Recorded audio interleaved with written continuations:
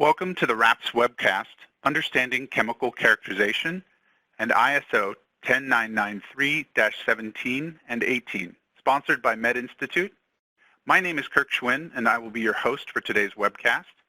At this time, I'd like to introduce your presenter for today, Ted Heise. Ted Heise has 25 years of experience in regulatory affairs and clinical studies, and currently serves as Vice President of Regulatory and Clinical Services at Med Institute. In this capacity, Dr. Heise has responsibility for sound science and strategy in regulatory submissions for the company's clients, as well as oversight of the design, execution, and analysis of their clinical studies. He has been a member of the Regulatory Affairs Professional Society since 1993 and the American Chemical Society since 1988. Dr. Heise also chairs the ISO Working Group with responsibility for the standards on material characterization in biological evaluation of medical devices. I'll now pass this over to Ted to begin his presentation. Thank you, Kirk. It's my privilege and pleasure to be your presenter today on chemical characterization. Briefly, Med Institute has over 30 years of experience in engineering in terms of design, computer simulation, and testing of medical devices, as well as regulatory submissions and clinical study support for those same products. Our agenda for today is to talk about why use chemical characterization, go over the general approach to chemical characterization, spend a little bit of time on the general analytical processes, including extractables and leachables, toxicology, dealing with unknowns and safety thresholds, and then we'll walk through a couple of case study examples to help illustrate ways in which this methodology can be applied. And then I'll wrap up the presentation with just a brief preview of what's coming in the future related to this international standard. So Part 18 of 10993 describes the framework of chemical characterization of materials. This is the process for characterizing a device through identification of a device's materials of construction, then a characterization of the material composition in terms of the chemical constituents of those materials, and then it is used to assess the potential of the device or its materials to expose a patient to unsafe chemical substances in clinical use. Part 18 on chemical characterization is usually coupled with Part 17, the standard that describes the related toxicological risk assessment process. Why would one be interested in using chemical characterization? There are a number of ways in which it can be applied. Firstly, it can be applied in the design process in terms of screening new materials for suitability of use. This is a form of hazard identification. It can also be used to determine the levels of chemicals that may be leached from a device in medical use. This is a broader category of risk evaluation. Chemical characterization has utility in terms of minimizing the need for use of animals in biological testing. It also generally has better sensitivity than biological testing. And what I mean by that is that the sensitivity and the analytical methods can detect and respond to lower levels of chemicals than maybe can trigger a positive response in a biological test. Chemical characterization is particularly well suited for assessing equivalence. This can be in terms of equivalence of a proposed device or material to a clinically established device or material. It may also be the case that a device changes during the development process, and there may be a value in comparing the final device to a prototype that was used earlier in the development process.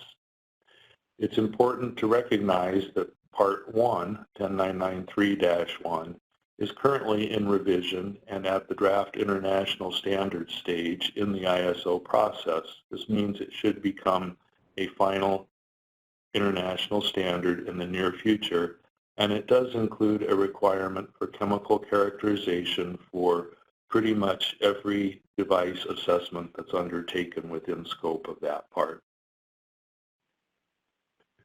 Now, there are a few limitations of chemical characterization, so we'll briefly discuss those. First, chemical characterization does not typically eliminate the need for all biological testing. In particular, other material or device properties may have the potential to cause adverse biological response that cannot be assessed through chemical characterization. Examples of these include irritation or thrombogenicity, which are frequently linked to surface properties or may be linked to surface properties. Hemolysis can be affected by a device geometry and the way that the blood flows through the device or around the device, so chemical characterization cannot address those particular biological effects. And then implantation, which is often observed in terms of a foreign body response, cannot really be evaluated through chemical characterization. Another limitation of chemical characterization, particularly in terms of the analytical process that may be used in chemical characterization, is that unknown substances or substances which cannot be identified may be difficult to establish in terms of safety with an adequate degree of certainty. Okay, let's go take a general overview of the approach to chemical characterization. The first step is to determine the device configuration, which is generally a list of the components or the subassemblies that go into manufacturing the device and that make up the final device. The next step is to determine the material composition of each of those components. This can often be determined through information provided by suppliers of those materials, and there may be situations in which other sources can be helpful. For example, the scientific literature or relevant material standards may be instructive in terms of identifying the material composition.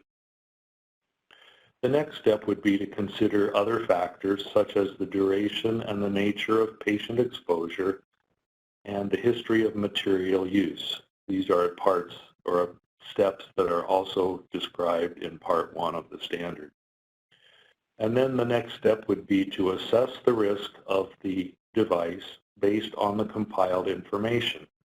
This would generally be performed by a qualified toxicologist, and the process would involve comparing the amounts of the known constituents to levels that are considered acceptable for patient exposure. We'll go through and touch on some of this process in one of the case studies, so it will be illustrated in greater detail at that point. In some cases, it may be necessary to do chemical analysis.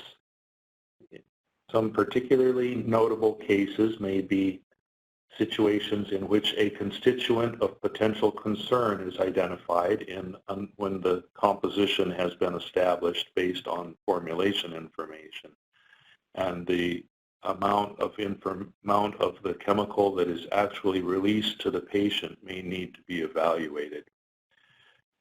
Analysis may also be needed if the formulation and processing aid information is insufficiently complete. So in some cases, suppliers of raw materials may be unwilling to provide the compositional information, and the formulation may be considered proprietary. And in those cases, there may be no alternative to doing analytical testing of the materials. Chemical analysis may be needed if there is a safety signal from biological testing. For example, one of the biological tests has provided a positive or maybe an unclear or indeterminate response. And then finally, chemical analysis may be useful and necessary as a substitute for some biological testing, given constraints on resources for conducting the biological testing or the utility of it. But the takeaway point I'd like you to leave from this slide and this point, this part of the presentation is that chemical analysis is not always needed. Chemical characterization can be completed without analysis when you have well understood materials, particularly if they have an extensive history of use. So, additional considerations related to the general process is that chemical characterization is most often used in tandem with ISO standard 10993 part 17, establishing allowable limits for leachable substances. In broad terms, the work usually requires collaboration among multiple disciplines of expertise, namely material science, analytical chemistry, and toxicology. The material scientist can help provide insight on what the compositions are likely to be, and it can also provide insight on how to go about doing appropriate extraction techniques if analytical work is necessary. The analytical chemist obviously will do the work to characterize the material in terms of its composition. The toxicologist will do the risk assessment based on what's known about the composition and the extractables or the leaching profile of the device or the material. So let's assume that some analytical testing is actually needed. We're going to walk now through how that process is generally performed. The first step would be to develop, define, and conduct the approach to screening extractions. This can be an exaggerated extraction or an exhaustive extraction. That choice is generally going to be determined based on the contact nature of the test article being studied. The next step would be to generate a chemical profile of the extractions using appropriate analytical methodology. This would most generally involve a chromatographic separation method coupled with a mass spectrometric detection. Typical methods would be GC-MS and HPLC-MS. Inductively coupled plasma with mass spec or optical detection is also very commonly used to identify elemental constituents. Once the chemical profile of extractions has been generated, the process would use library matching and/or available compound databases to identify the analytes that have been detected in the extracts. With a list of the composition and the levels of extracted constituents, toxicologists would then take that information and compare those findings to acceptable levels for each of those chemical constituents. In the event that substances are found to be above acceptable level, this next step would be to repeat the extraction using extraction methods that would simulate the actual clinical exposure.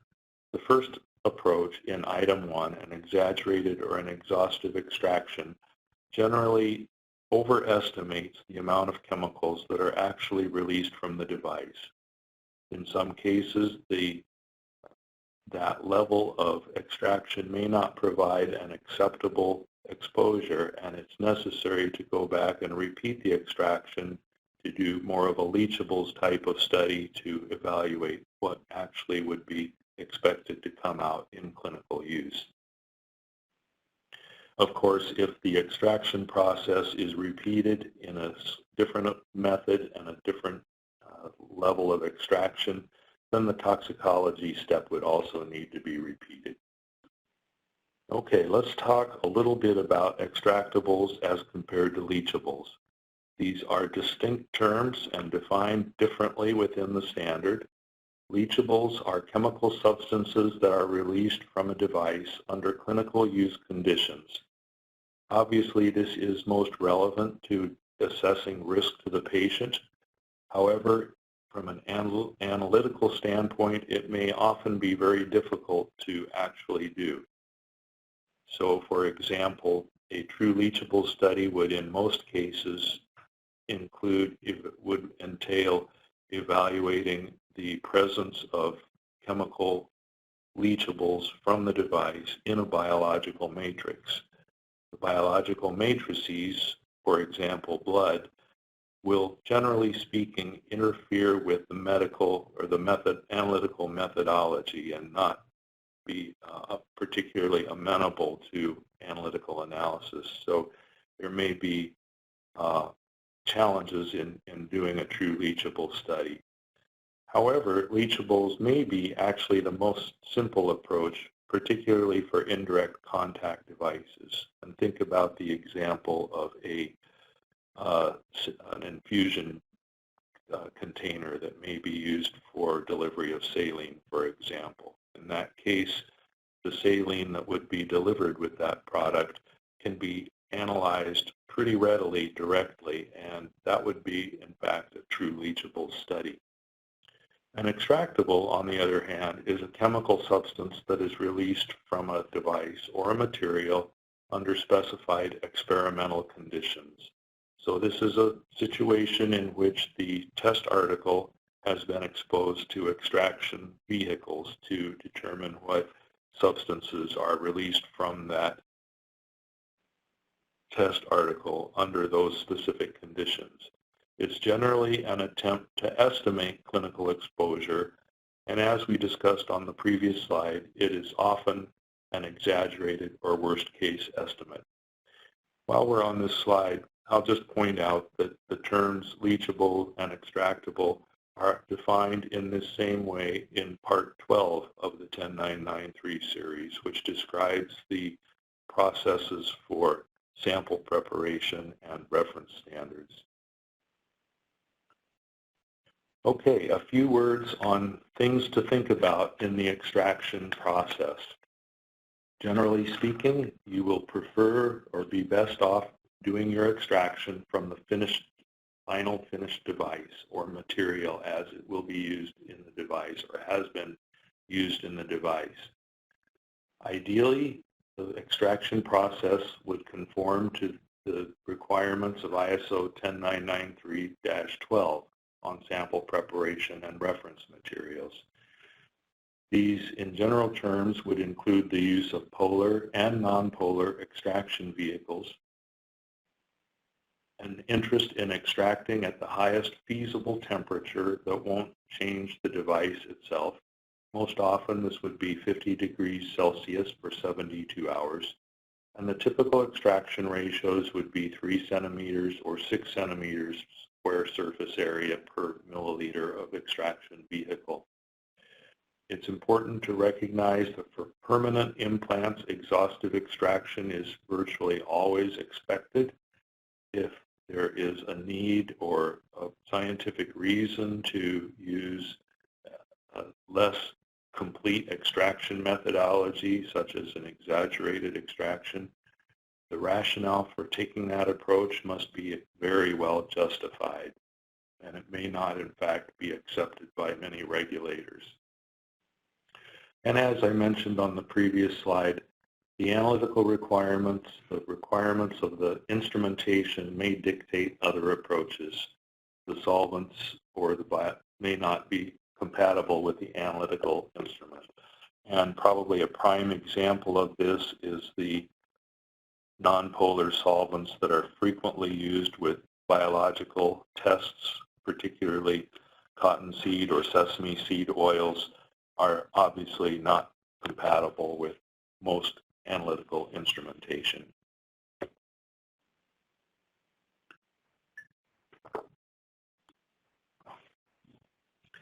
This slide just gives a brief overview of the principal analytical methods that are used for analyzing extractables.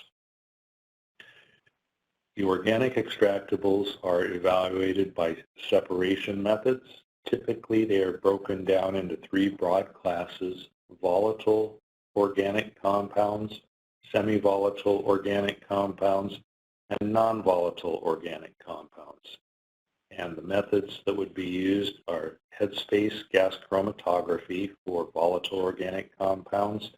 This would typically be coupled with flame ionization detection or mass spectrometric detection. Semi-volatile organic compounds are generally detected and identified with gas chromatography with similar detection methods.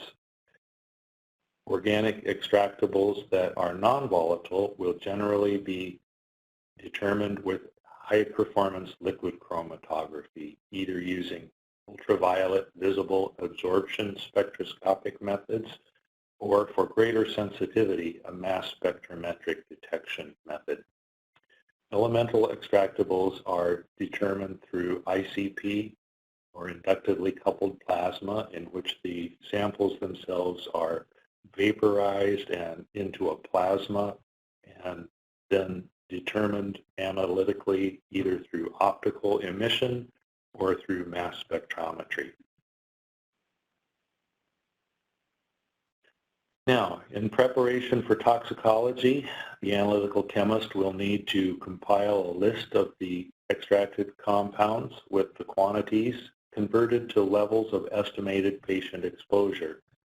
And this would involve a consideration of patient exposure type in terms of either the location or the route of administration, as well as duration of use, exposure levels, device size, and extraction volume, as well as dosing frequency for repeated exposure.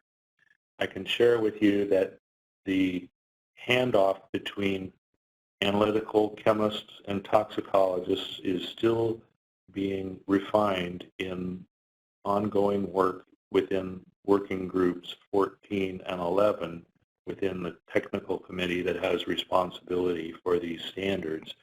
And it is becoming apparent that the future standards will likely call for the analytical chemist to provide simply information on the amount of chemicals released per device or per test article, with the additional considerations probably encompassed within the toxicology risk assessment process.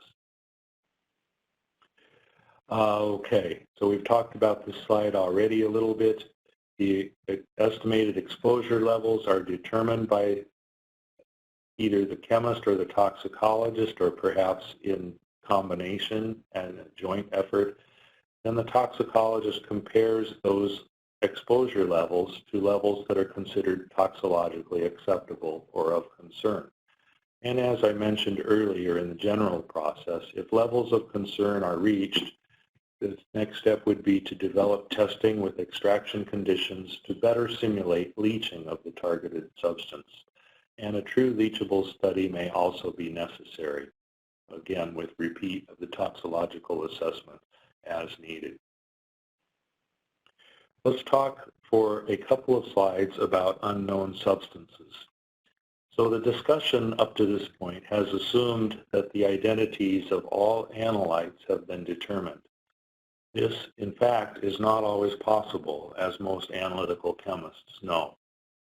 Unknown substances must be considered in the risk assessment process, as they have the potential to affect the safety of the material in clinical use. To address some of these gaps, there are techniques for establishing what's called thresholds of toxicological concern being developed that may be useful in addressing these situations. As one example, International Conference on Harmonization, M7 has established a TTC for DNA reactive or mutagenic impurities that have no existing toxicity data. Because mutagenic endpoint is considered one of the most stringent toxicity endpoint, it is generally considered protective by toxicologists. That is, it provides assurance of safety for most other systemic toxicity endpoints. So in a general sense, it's considered as a worst case and threshold or acceptance level for leached substances. So here's an example to illustrate the threshold concept. This is just a simple chromatogram with mass spec of an extract from a plastic sample. And you can see that, like any good analytical process, the work has included an internal standard. This is a known substance that can be used to help calibrate the response factor of the analytical system. A threshold of toxicological concern has been identified by the toxicologist or from the standard to say substances below this level should be of no practical toxicological concern. There are obviously 3 peaks well above the threshold of analytical interest, and these have been identified. There are a couple of additional peaks that are right at the level of toxicological interest. These are not completely identified. However, there is some information available in the terms of the general functional type of or the class of compound that these likely belong to.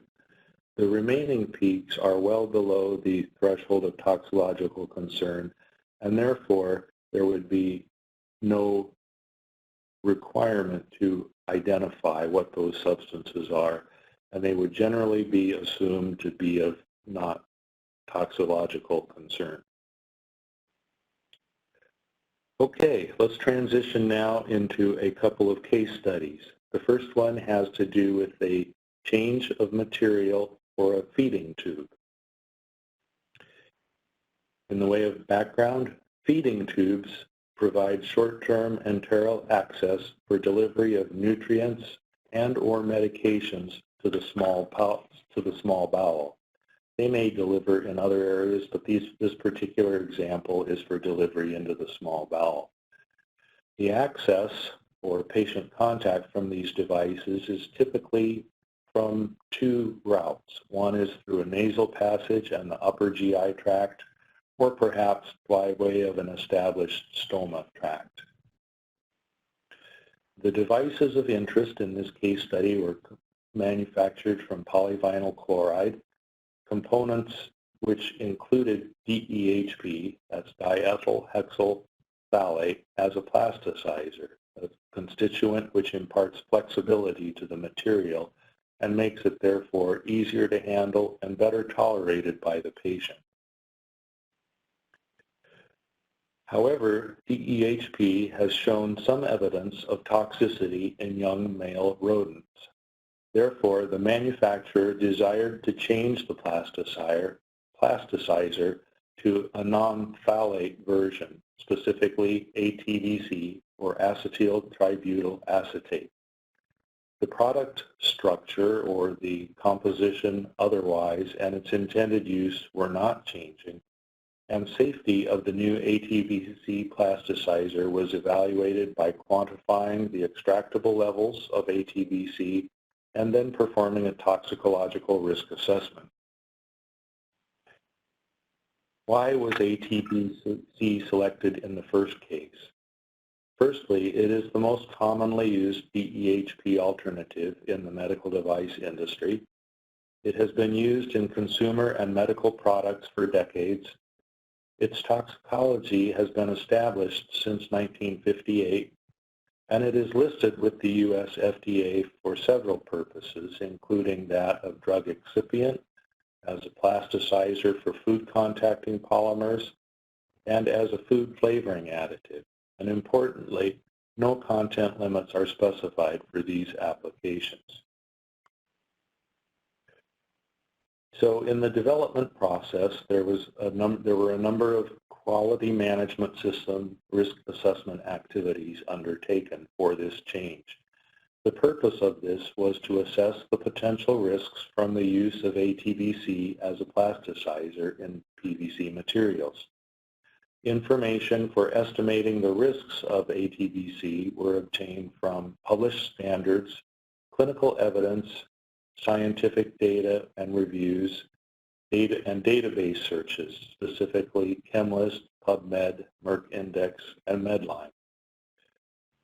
Finally, ISO 10993 Part 1 biocompatibility tests or biological tests on the subject device were also undertaken to assess the safety. The toxicological reviews firstly identified from US EPA review published in the Federal Register identifying low toxic potential and high rate of metabolism and elimination, with a conclusion of reasonable certainty of no harm from aggregate exposure to the residues. In addition, the U.S. Consumer Product Safety Commission had issued a review which showed lowest acute toxicity of commonly used plasticizers associated with ATBC. It also has one of the highest NOELs, or no observed adverse effect level, in chronic exposure studies compared to commonly used plasticizers. Review of the exposure and toxicity data for phthalate substitutes concluded with a favorable opinion by the U.S. CPC toward ATBC. And then finally, it was also recognized as a sanctioned food ingredient by the FDA, specifically in 21 CFR 181.27.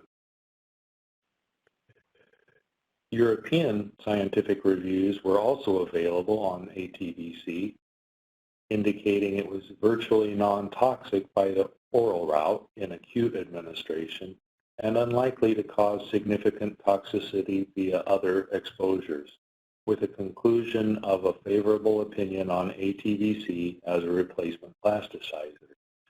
The European Commission opinion also included that there is sound scientific evidence to show that there is no safety concern with toys plasticized with ATBC, and generated and concluded with a favorable opinion towards ATBC. Scientific searches from the toxicology data revealed limited human toxicity data available.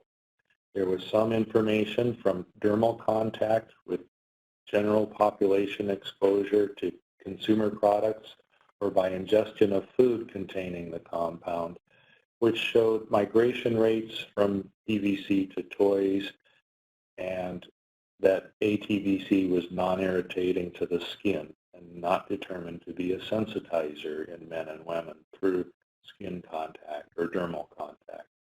Animal toxicity studies were available, however, and this was useful information in particular. Repeated dose animal toxicity studies indicate a no observed adverse effect level of less than 900 milligrams per kilograms per day in an intraperitoneal exposure for 14 days, and a NOEL of less than 100 milligrams per kilograms per day through oral exposure over 90 days. The LD50 value was also available from literature, equivalent to 2 kilograms per human exposure, so a fairly high LD50 level value. However, for tox risk assessment, LD50 is really not a very valuable threshold or toxicological value. So because of the short-term use of the device, the enteral feeding tube, the NOEL for 14-day exposure was selected as the most appropriate threshold for safety for ATBC. In the toxicological risk assessment process, actually we had to do the chemistry next.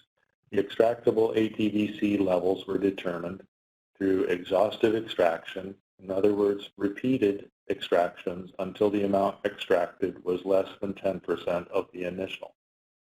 2 solvent systems were used. 70% methanol in an aqueous solvent was used as the polar extraction vehicle, and hexane was used as the nonpolar extraction vehicle. Both of these solvent systems were suitable for analytical work. The non-volatile residue was assumed to be entirely ATBC and was therefore combined. The result of the non-volatile residue was used to calculate the mass of ATBC released from a single device in 1 day. And from this work, the worst case exposure was determined to be 1.4 milligrams per kilograms per day, assuming an average patient weight of 70 kilograms. Okay, with the threshold and the exposure both available, the margin of exposure, the tox risk assessment could be completed. The definition of margin of exposure, which is a measure of safety, is the ratio of the NOEL to the estimated human exposure associated with use of the device, with the equation provided on the slide. As mentioned previously, the NOEL was taken to be 900 milligrams per kilograms per day. The average daily dose was considered to be 1.4 milligrams per kilograms per day. This yields a margin of exposure or a safety factor of 640, well above 1, which is considered an acceptable margin of exposure. Anything below 1 is questionable. In toxicological risk assessment, oftentimes margins of safety need to be added or need to be adjusted with uncertainty factors based on considerations such as differences between species as well as differences within species, so-called interspecies and intraspecies variability. Even adding 2 10x safety factors, uncertainty factors, the margin of exposure was still 6.4 in this case. So to summarize and conclude, ATVC is a U.S. FDA-approved drug excipient, food additive, and food plasticizer with no evidence of toxicological concern and decades of use in the medical device industry. Toxicological reviews all indicate low tox potential for ATVC. The amount of ATVC in devices released is below an expected adverse effect level. In other words, the margin of exposure was well above 1. In addition, the devices did pass related ISO 10993 Part 1 biological tests. And the conclusion from this case was that the absence of toxicological risk supports use of ATVC as a plasticizer replacement for DEHP.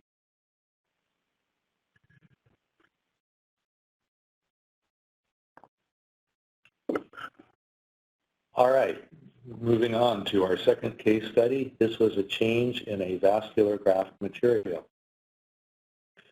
In the way of background, the manufacturer wished to add a supplier for a woven polyester material used to construct endovascular stent grafts. The manufacturer had knowledge that the same yarn was used for both the approved material and for the second source material. However, that knowledge was not documentable. In other words, it had come by way of proprietary knowledge that could not be used in regulatory work. In addition, there was no knowledge regarding processing aids that might be used in weaving the two materials from the two different suppliers. So there was insufficient information available to do a paper-based risk assessment of the second supplier. Therefore, a chemical characterization approach was chosen to assess equivalence and safety of the second supplier of graft material. The test plan, including chemical characterization done by way of extractions from 3 solvents, water, isopropanol, and hexane, with the isopropanol being a midpolar solvent in this case. The results of the extractions were evaluated gravimetrically in terms of non-volatile residues, or NVR, as well as analytically in terms of gas chromatography mass spec for semi-volatile organic compounds and LC mass spec, or HPLC mass spec for non-volatile organic compounds. In addition, ICP spectroscopy was done for trace elements. Supplemental analytical methods included IR spectroscopy for identification and comparison of the base materials, and thermal analysis to characterize thermal transitions of the materials. In addition, there was complementary supporting in vitro or biological tests, cytotoxicity and hemolysis to be specific. So the results of the testing we'll walk through one by one. The Total extractables were determined according to USP 661 using the 3 extracts I already mentioned. The extractions were done exhaustively, in other words, repeated until the extracted material was less than 10% of the mass of that in the first extraction. The residues after the solvent extraction were determined gravimetrically and are presented on the table below. You can see here that the results were highly comparable and they showed very similar levels of extractables in terms of non-volatile residues for the 2 graft materials. The GC mass spec was done by reconstituting the non-volatile residues from each solvent in a corresponding extraction solvent. So this was a way to combine the samples from the sequential exhaustive extractions into a single sample for analytical work. This GC method was based on EPA 625 and used a Wiley NIST/NIH library for identifying detected compounds. The GC mass spec detected no semi-volatile compounds in any of the 3 extracts for either of the graft materials, and therefore concluded with no differences detected between the materials. The LC mass spec of extractables was done in a similar fashion with reconstitution of the extracted residues in the extraction solvents. The mass spec was performed for both materials, and a few peaks were found that although the specific chemical identity could not be determined reliably, there did give the appearance of being aliphatic polymeric materials consistent with the base polymer of the graft material. The conclusion from this testing was that both materials gave a similar chromatographic fingerprint. Let me just add the fact that although the chemicals could not be identified unambiguously, the fact that the profiles of the 2 extracts were highly similar was considered sufficient to establish equivalence of the 2 materials from a chemical standpoint. The ICP of the extractables detected 4 elements at concentrations greater than the limit of detection, which was 50 parts per billion. Those were antimony, calcium, magnesium, and potassium. A risk assessment was performed according to ISO 10993, Part 17. The one-time doses of calcium, magnesium, and potassium were determined to raise no toxicological concern. This seems pretty straightforward given that these are all physiologically abundant elements. The margin of exposure for antimony was determined to be 1.25 times 10 to the 4th, several orders of magnitude greater than 1, supporting with great confidence the conclusion that the risk of toxicity from the test article was very small.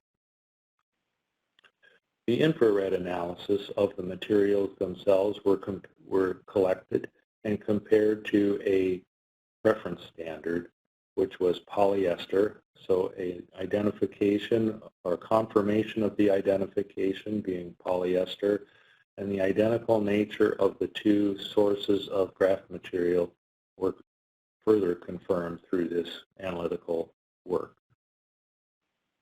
And then finally, a thermal analysis was undertaken as well. Differential scanning calorimetry was performed to compare the thermal properties of the 2 materials. The melting endotherm temp and the glass transition temperature were determined to be very comparable, and therefore the 2 materials were found to be equivalent in terms of their thermal properties. The conclusions from this case study were that the in vitro testing was favorable. The extracts were considered non-cytotoxic and non-hemolytic. The chemical analyses found no concerns with the level of extractables, no toxicological concern with elements on ICP, and equivalence in chromatographic and IR fingerprints, as well as in thermal analysis. Overall, the study showed that the new material was chemically equivalent to the established material and therefore biocompatible and safe. Future considerations related to chemical characterization are that both parts 17 and 18 are currently undergoing major revision. A CD or committee draft of Part 18 was balloted earlier this year. There were 16 votes to confirm or advance the CD to the next stage, and 6 of those came with comments. The ISO working group for each of these 2 standards convened in Seoul, Korea for 2 days during the 3rd week of October to work on addressing the comments that were generated during the balloting process. A second CD of Part 18 should issue for balloting in early 2018. If all goes well, a final standard may issue by the end of 2019 or very early 2020. For those of you who are not familiar with the standards development process, I can just tell you that it's fairly, it's not the most rapid process in the world. And I think that just reflects the time and care necessary to develop consensus internationally on some of these important processes. And then I'd like to just conclude by thanking you for your attendance and your interest in this topic. And here, my contact information is on the slide. Be very happy to take questions, and I'll turn things back over to Kirk. Thank you to you, Ted. Appreciate that. This concludes the presentation portion of today's webcast, and I will now open the session for Q&A.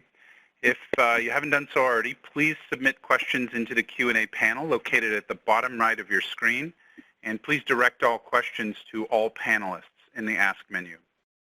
So we'll go ahead and transition over to some of the questions that we've already received. The first is, can you please address structural equivalency and why it is not necessary to address?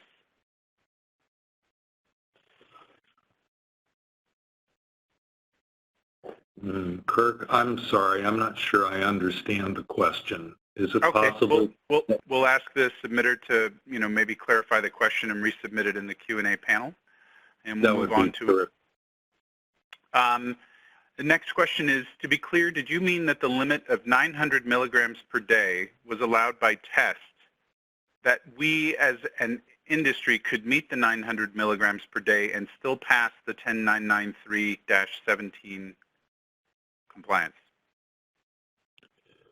So the 900 milligrams per day was considered to be the NOAL, well, it was the NOAL from a published study in rodents through an IP exposure for 14 days.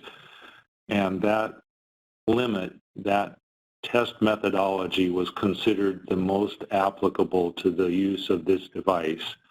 So it's not a blanket threshold that can be used for DEHP in any device. It has to be applied to a particular use of a device, both in terms of the contact type and the duration of contact. So that may be an acceptable threshold for a particular device, but it's certainly not going to be applicable to all devices. And that applicability or the use of the threshold level or the acceptable level really needs to be determined by a qualified toxicologist. All right, terrific. Next is, can you make recommendations for how to tackle, whoops, my questions are sort of scrolling quickly here.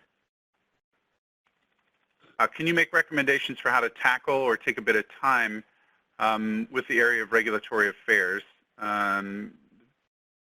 Person doesn't expect to be a chemist, but to understand content as discussed. Is there an overarching document and then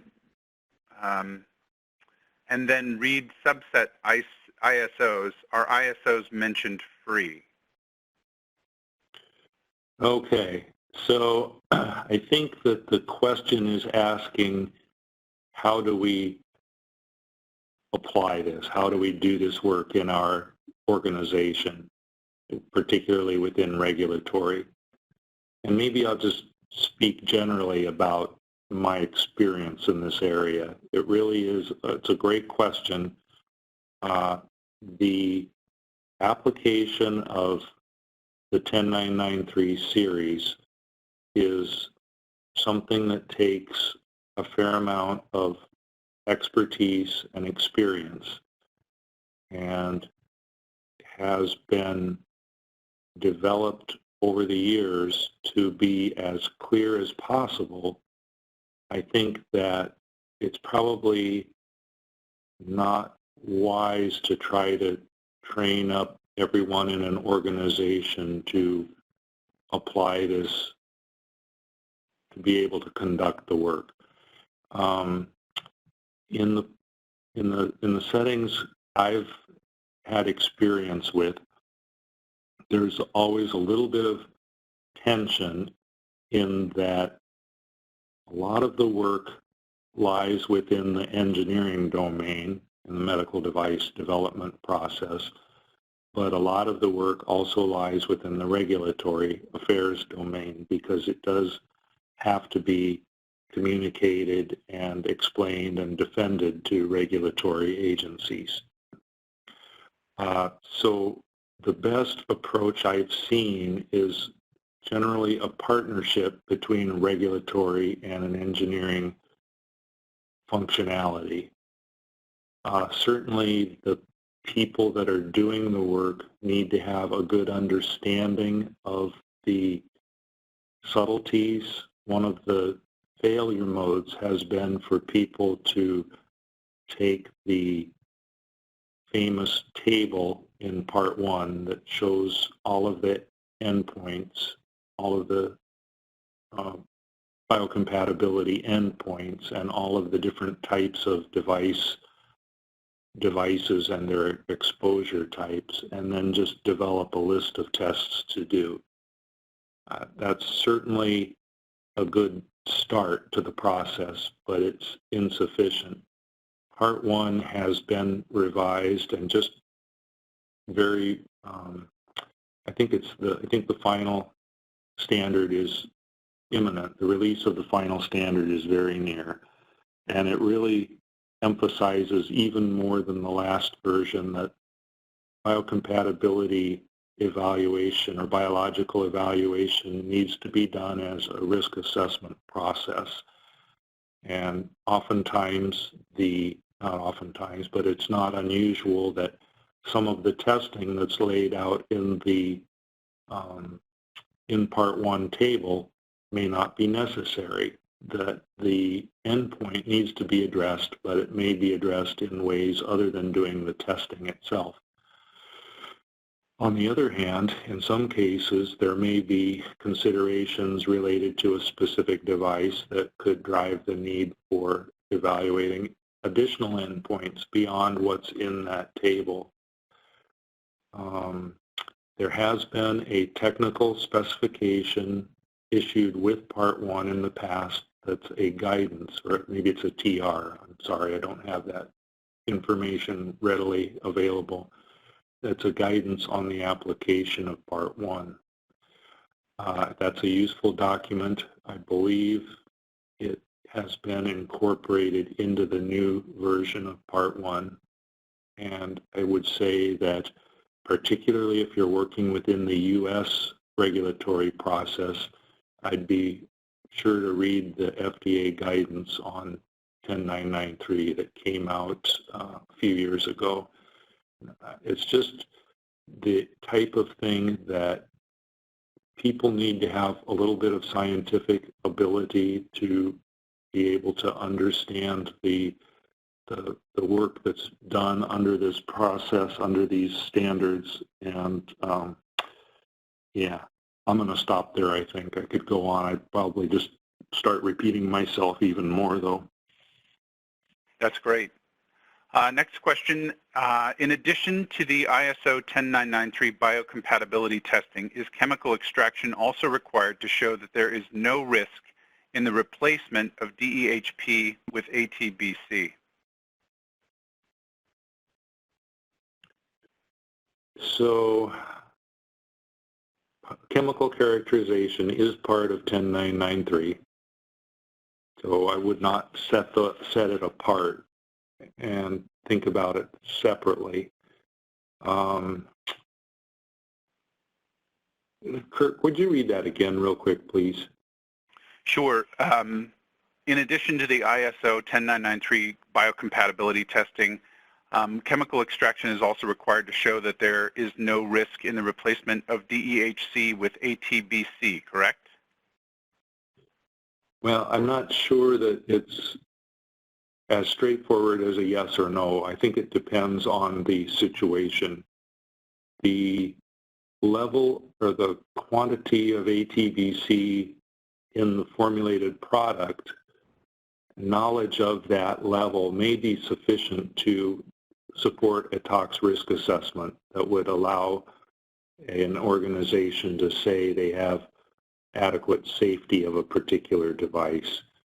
If that information does not support a conclusion of safety, say for example, the total amount is greater than an acceptable level, then the chemical extraction would be necessary to give a sense of how much of the ATBC is actually released from the device in use to give a more accurate assessment of exposure and safety, and then the tox risk assessment would be performed on that more refined estimate of exposure.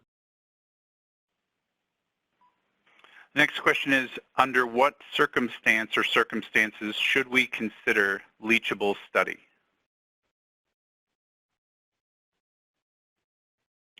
Okay. Yeah, no definitive answers to that, but I can give a few thoughts. As I mentioned during the presentation, there may be types of devices for which a leachable study is really the most direct route, and those would be into assessing to doing the chemical characterization. And those would be the types of devices in which the patient is exposed to a fluid that is in contact with the device and not exposed directly to the device, or indirect contact devices. And in those cases, those fluids can just be directly analyzed if it's analytically expedient to do so. There may be cases and I sort of described a stepwise process, and the revised Part 18 is going to be much more detailed on how this stepwise approach works, in that you would sort of the general approach would be to do an extractable study, do a risk assessment of what was extracted, and then if some of your chemicals are above an acceptable level, you would then do a leachable study to evaluate in the more closely modeled scenario of use what actually comes out, and is that actually a safety concern. So that's sort of a stepwise approach. I know that some of the contract testing labs will on occasion recommend doing both at the same time. And that may be particularly valuable if there's some urgency in the timelines for doing the testing, and that the need to do the leachables may give you an unacceptable timeline to get all the work done, rather than take the risk that you might need it and extend the timeline. You might choose to do both at the same time right up front, even though there's a likelihood you may not need the leachable study. So those are the scenarios I can think of and describe relatively quickly. Okay. Next question, how do you adapt the characterization methodology for absorbable material?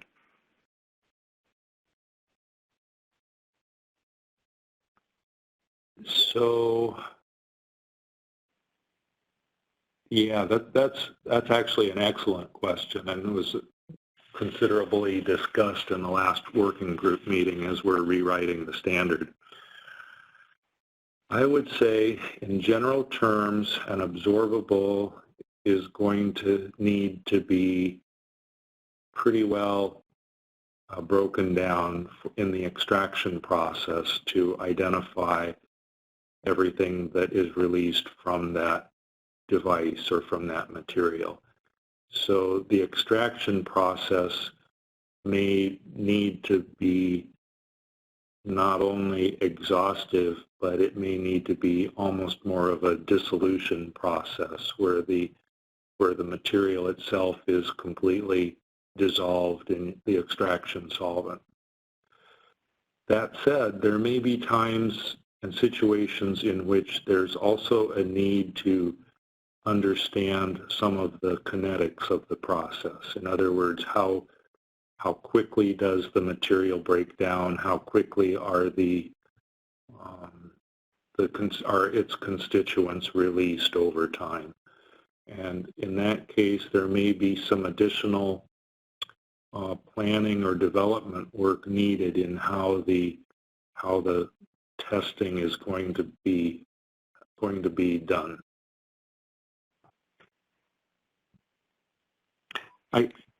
I guess just one additional word of caution that if you are breaking down an absorbable to its constituents, you need to also consider the potential for creation of degradation products that would not otherwise be present in clinical use. So the conditions that are chosen for preparation of the test article into some kind of sample that can be analyzed need to be selected with some care. Part 12 and Part 18 both talk about not degrading the material in the extraction process as being an important objective.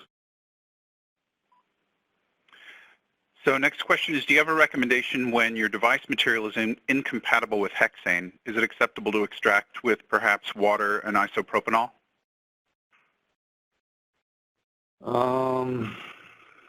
I don't think I can give a blanket recommendation on that.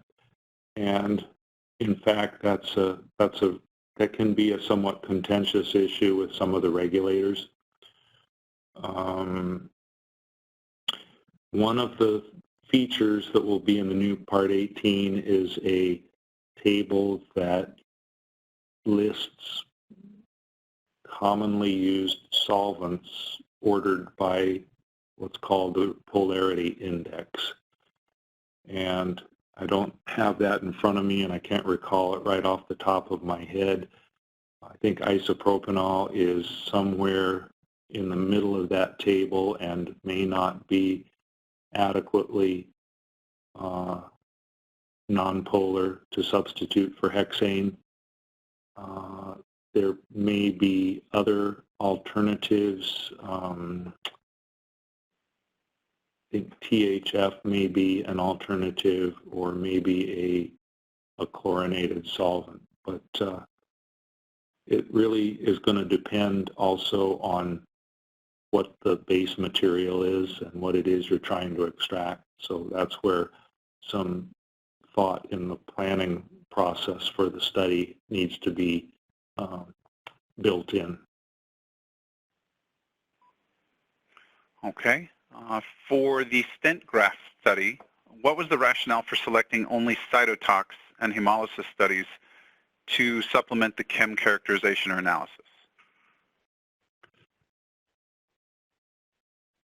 So the rationale really was that none of the biological tests were necessary given the substantial evidence of chemical equivalence. However, those were done really out of an abundance of caution to provide additional confidence that the material was an adequately safe replacement or alternative. The cytotoxicity is commonly used as a screening test, particularly for manufacturing process changes, just to provide some evidence of potential concern. It's a relatively sensitive test. The hemolysis testing was done simply because it's a blood contacting product and wanted to make sure that there weren't any effects that were being missed in the evaluation of the material itself. So from a 10993 perspective and a Part 18 perspective, and the risk assessment from a biocompatibility standpoint, I don't believe either of those tests were absolutely essential. They were just done to be extra cautious.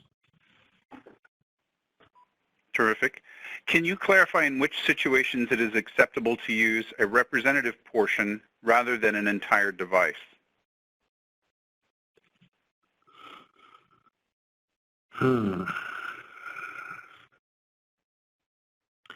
Well, I think an obvious one would be those situations in which the representative portion or the entire device is just not something that can be practically extracted.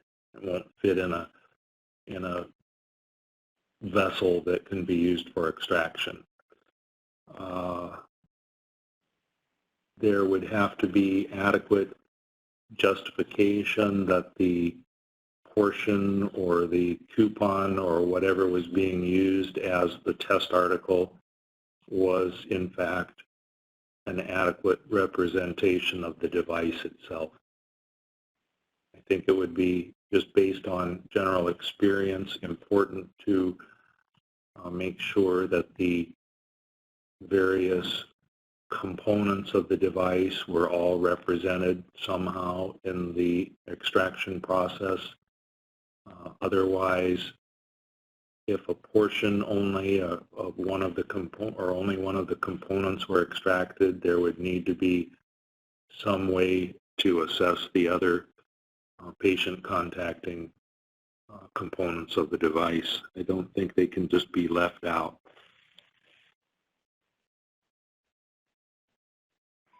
Okay. Maybe a perhaps more broad question here, and that is, can you comment on the proposed changes under consideration to the 10993-17 and 10993-18 guidances?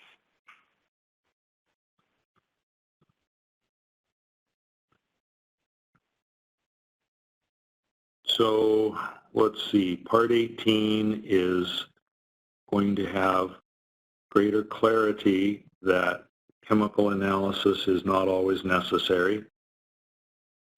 You can get that fact out of the current Part 18, but it takes some digging and some interpretation, and it's not straightforward.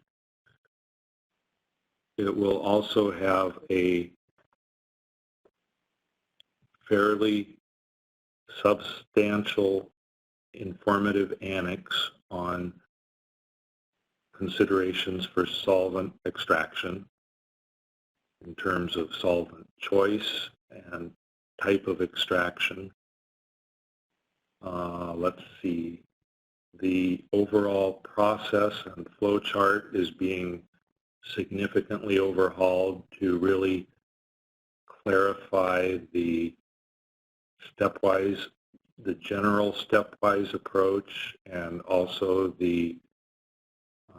make it clear that the entire process is not always needed, that formulation information may be adequate, that a leachable study may be the best first and only approach necessary, that maybe just an extractable study would be sufficient.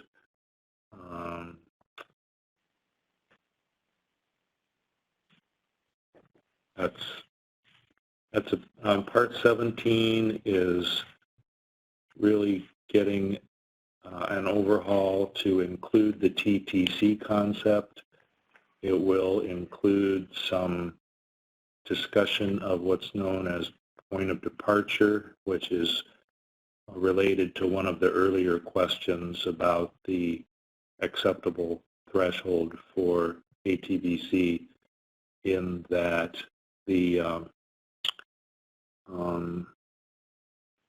choice of acceptable, the source or the type of acceptable level data can vary, and so it has to be a balance between what's most appropriate for the particular situation and what's available from the literature, whether one might use a NOAL, a LOAL, a TI, and I'm not a toxicologist, so I probably better not say any more than that.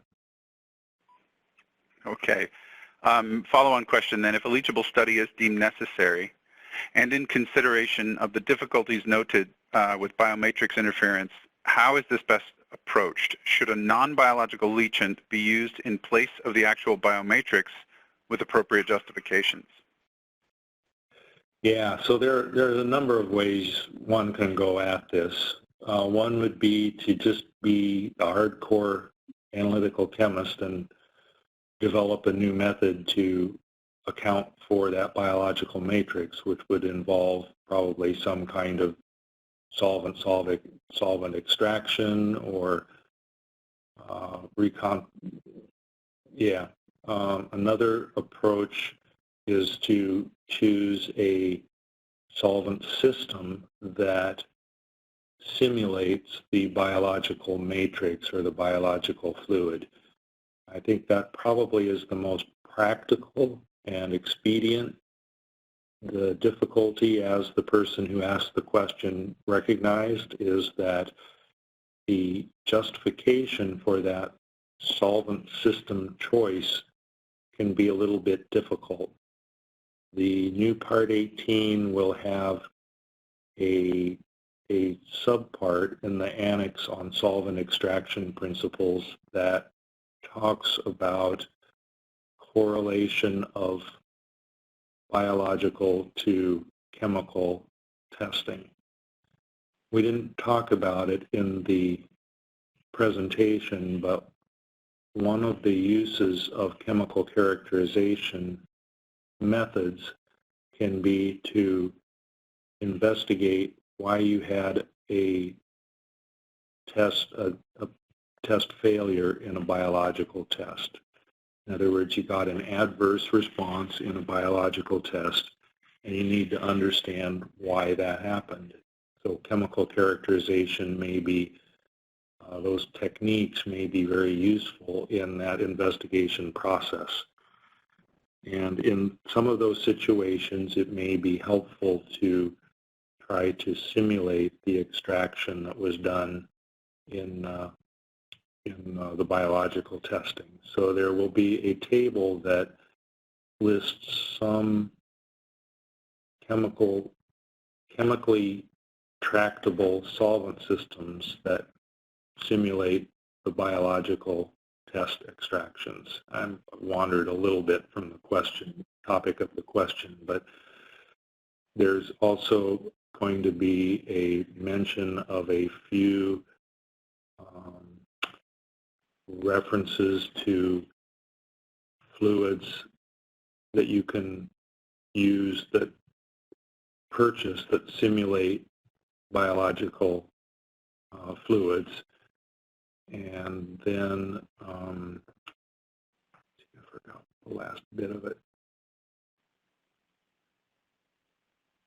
Sorry, that's probably about the best I can do, Kurt. That's terrific. Okay. Next question is related to the use of multiple solvents to be used for extraction. The examples provided during the presentation used 3 solvent types: polar, nonpolar, and semipolar. The question then is, for limited contact devices, do you see the use of 3 solvents as the expectation?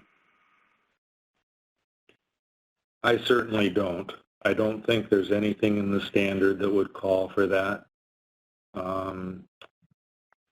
I think my impression is that our regulatory bodies would typically only expect a third solvent for permanent contact devices.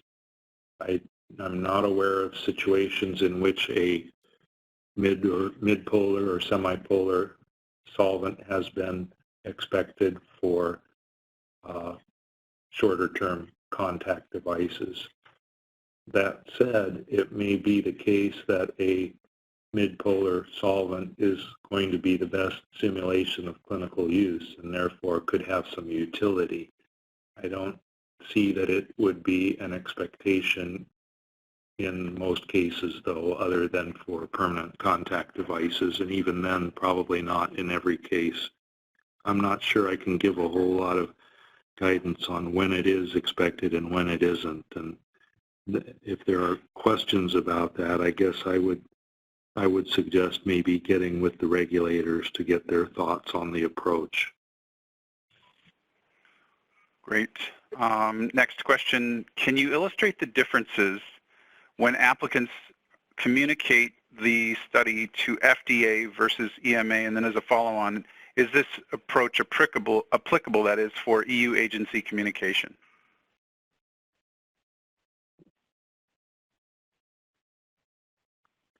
You know, I'm not aware of differences in write-up or communication of these results across different regulators. I guess my experience has been to use the same write-up, the same summaries of testing for pretty much every regulator, and then respond to questions as needed. I'm not familiar enough with the EMA that was mentioned. I think it was.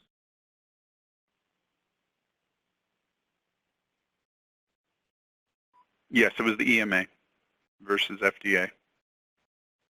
Yeah, so I guess my understanding is the EMA would be involved if it were a combination product or a drug, and then the approach probably has to vary somewhat. I think it would really be a standard device biocompatibility package coupled with the drug-specific information that would be needed for that component of the product.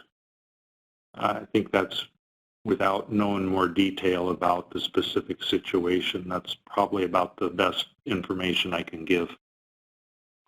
Great. If chemical characterization has been performed on a material with colorant, and now the colorant is being removed, what are the typical chemical characterization tests that need to be performed to show equivalency?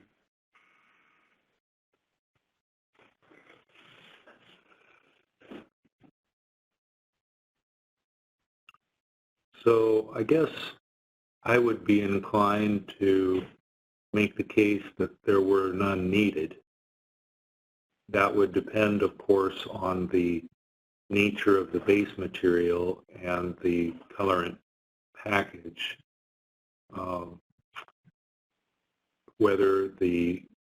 And I guess it would take some consideration of exactly what's being removed, and probably some discussion of whether the absence of those constituents would have the potential to alter the matrix of the material itself such that it could affect the likelihood of any of the other constituents being extracted. As a chemist, it strikes me as very unlikely, but just perhaps a question that might need to be considered and addressed in the planning process. In some senses, actually just repeating an extractable study to show that the with and without colorant formulations have the same extraction profiles might be a simpler course than trying to justify that there wasn't any need for testing. Next question is, a toxicologist required to assess the results of the leachables for a regulatory submission if the biocompatibility tests were already done?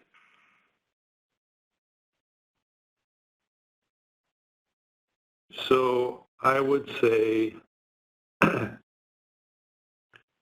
in today's part one, probably, well, let me just back up. If there's a chemical characterization done, the impact of the findings needs to be assessed by a toxicologist. That's just very simple and really, I don't think can be changed. I suppose it's possible for a really good scientist to do the toxicology work. I would question whether that's actually going to be accepted by regulators if that scientist doesn't have some toxicology credentials. So I would advise doing it with a toxicologist. Now, whether or not the chemical characterization tox risk assessment is needed, I think you would have to say, based on the current part one, probably not in all cases. Based on the forthcoming part one, I don't think there's going to be much latitude for leaving out the chemical composition and risk assessment piece from the biocompatibility package. That's just going to be an expectation. And I think anyone who is working in regulatory affairs these days probably recognizes that many regulatory authorities around the world are insisting on formulation information in most of the devices that they're reviewing. So certainly for those who've been in the field for a long time, there's a lot of history of not providing this information, but I think in today's and tomorrow's world, it's going to be necessary. Okay, we have time for just a couple more questions here, potentially. So does a chemical characterization sufficiently offset the requirements posed by the risk framework of Part 1? And then as a follow-up, especially when some of the tests are not conducted, how do we strengthen our justifications within the risk framework of Part 1? So that's one of the areas in which the revised Part 18 will have a little more guidance, and there will be a subclause on when chemical characterization may be a suitable alternative to biological testing. And we touched on that briefly in the presentation. There's a lot of material, a lot to this topic, and it's hard to cover it all in an hour. But in general, the biological endpoints with systemic action, toxicity, and carcinogenicity in general are endpoints that may be assessed adequately through chemical characterization. It depends, and I think that the choice of approach to the biological evaluation just has to be planned out in advance, and then the rationale for that substitution or leaving out some of the biological tests just needs to be well supported by the fact that the systematic or systemic endpoints are driven by the chemicals that are released by the device. So the chemical evaluation and then the tox risk assessment of what's released is a suitable alternative. So I think we'll take just one final question here. Can you please address structural equivalency and why it is not necessary to address? We are aware that structure and morphology is not in scope for this particular standard. However, for the case studies, were the structures evaluated? So I think that that could be a webinar in itself. One of the things that will be covered probably in more depth in the revised Part 17 will be on some of those. I think this may be one of the areas. Well, the structure is important in evaluating the toxicology risk. And so whatever the chemist can get out of the extracts from an analytical standpoint, even if the complete structure isn't identified, if some of the functionality can be identified, that's often very helpful for the toxicologist. The need to identify the exact structure is certainly a difficult issue. One of the ways in which it will come up or need to be addressed has to do with the TTC concept. I didn't go into this in the presentation, but TTC was originally developed for substances which are known identity but have no or very limited toxicity data. And the TTC is used to justify safe levels or acceptable levels for those substances. But it can also be applied to unknowns. But if you look at the ICH M7, for example, you will see that there are substances of very high concern from a toxicity standpoint that are excluded from that TTC approach. Some of those are nitrosamines and PCBs, things that are just known to be very toxic and are of concern even if they're below the TTC. So there may be some need in some cases to assess the materials for the likelihood of the presence of any of these substances of high concern, or what's sometimes called excluded substances. That's probably about as much guidance as I can give at this point, given the time we have. But I would, in the near term, take a look at ICH M7, and it will probably be addressed in more detail, or in some detail, in Part 17 and Part 18 when they are issued. Okay. This will conclude today's webcast. Thank you to Dr. Ted Heiss for his excellent presentation. The on-demand recording of this webcast will be available within 24 to 48 hours. You will receive an email with the URL to access the recording, and you can also access it from the RAPS Learning portal. Please remember to complete the webcast evaluation survey while you're in the portal. Thank you for participating in today's webcast, and have a great day.